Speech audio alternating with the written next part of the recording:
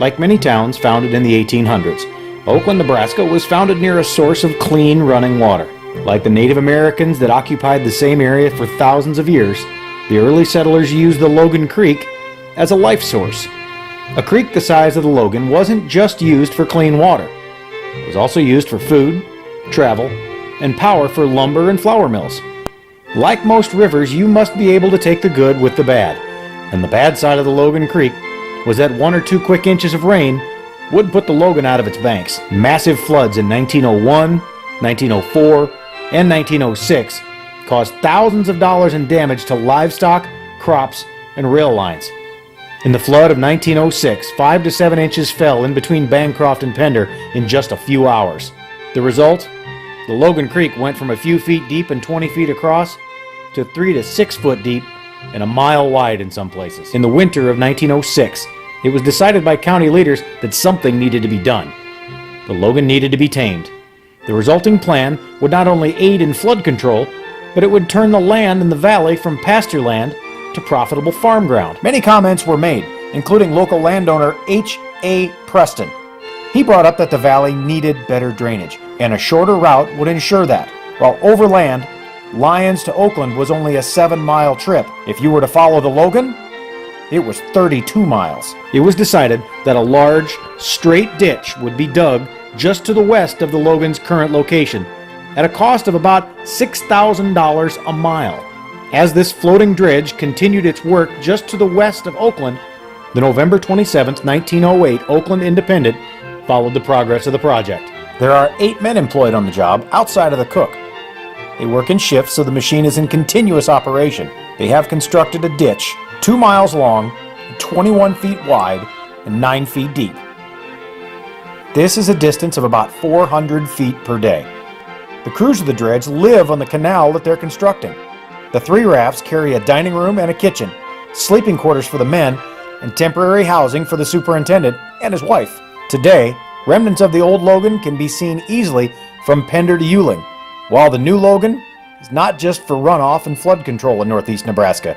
It continues to provide food, travel, and entertainment. In 2018, when you think of football in Oakland, Nebraska, you probably think of this, and this, and maybe this. Let's travel back to October of 1900. The Oakland school system announced they were holding a meeting to gauge the interest in forming a football team. For the next decade, the coverage of the Oakland football team was hit and miss. Without a dedicated sports page, the account of the games was slid in between stories of land sales, visitors to town, and the local political news of the day. November 29, 1900, the Oakland football team traveled to Wakefield for a Thanksgiving Day contest. Being a team of players mostly new to the game and much smaller than the established Wakefield team, Oakland fell 10-0. The 1901 season saw 3 games on the ticket. The boys finished undefeated, first beating a team made up of local Oakland men, then Wakefield, and finally finishing the season against a team from Omaha in the Dundee neighborhood. By 1908, the December 4th edition of the Oakland Independent showed the results of a full schedule, including a win on the road versus Tecama and a 0-0 tie with the Fremont YMCA. The early 20s saw the Oakland sports team adopt the Vikings as a team mascot. Oakland High School would keep that moniker until the 1969 season. In 1941, the Vikings finished second in the Cornhusker Conference to rival Tecama. Giving up only 7 points to Rosalie and 26 to the Tigers, the rest of the season, the Swedes managed shutouts versus Walt Hill, Wisner, Decatur, West Point, Blair, and Lyons. The list of the Lettermans was as Swedish as you could find. Carson, Larson, Nelson, Johnson, and Jacobson, to name a few. 68 years of football as the Oakland High School team, and almost 50 as the Vikings. The Oakland School District merged with the neighboring Craig Wolves. With the creation of the newly formed team, the Oakland Craig sports teams needed a new mascot. The Vikings and the Wolves were not options. After playing the first 2 games of the 1969 season without a mascot, they dropped a pair to Logan View and North Bend, being referred to as the Oakland Craig Football Squad in the newspaper. The last week of September saw new Oakland Craig students select Knights as their new mascot and source of pride. Number 2 on that list was the Cougars.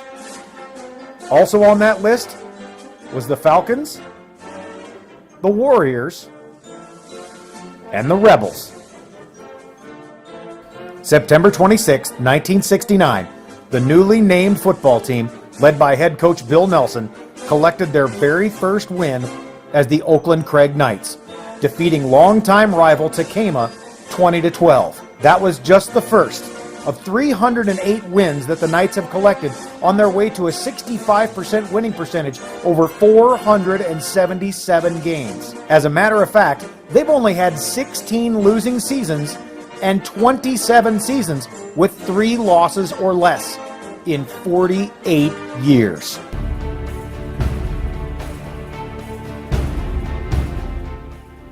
As towns popped up across the West in the 1800s, the ones that proved to be successful all had a few things in common. Consistent water supply, like the Logan Creek. A system of travel, like the many railroads that crisscross northeast Nebraska. And a system of commerce, banks, blacksmiths, grocers, manufacturing, and food production. Oakland, Nebraska had all of these things in the early 1870s. In 1871, Fred Renard began construction on a flour mill, commonly called a grist mill, on the southwest edge of the village of Oakland, near the winding Logan Creek. The mill needed a power source, so Renard constructed a dam on the Logan. It was about 6 feet deep and redirected the newly backed up water through a series of channels that would turn the wheels, that would turn the local corn and wheat into 3 different qualities of flour. The mill's thorough description was detailed in the following article. All of the people around Oakland are familiar that we have a mill, but they don't comprehend the magnitude of the plant or the vast amount of business it can bring to our city. We've had the pleasure of making a tour of inspection one day this week, and we're completely surprised. Instead of finding a little old-fashioned mill, we found a large 4-story structure 60 by 60 feet on the ground and chocked full of the latest improved machinery from the ground floor to the very top of the mill. It has grain storage capacity of 20,000 bushels and grinding capacity of 500 bushels of wheat per day and 250 bushels of feed. At present, the mill is able to keep up with the demands for flour by running day and night. September 27, 1894, Oakland Republican. With the rerouting of the Logan Creek in 1908, the mill had to be converted to a combination of water power and gasoline engines to keep up with its contracted production rates. After 44 years of providing Oakland and northeast Nebraska with some of the finest flour and feed in the state, the September 8, 1916 Oakland Independent and Republican reported the story of the Renard Grist Mill's last day. The second disastrous fire in Oakland in a few months occurred Tuesday, when Oakland roller mills burned to the ground, causing a loss that the manager, Fred Renard Jr., places at $25,000, and the loss was total. There was no insurance. Cause of the fire was overheating of a journal, or a gear, in a wheat scouring machine on the second floor. Owner and founder Fred Renard Sr. had died 4 years prior to the mill burning, and control of the property had been tied up in a state court. In a 9-month span, Oakland, Nebraska had lost its school and one of its biggest employers and food producers to fire.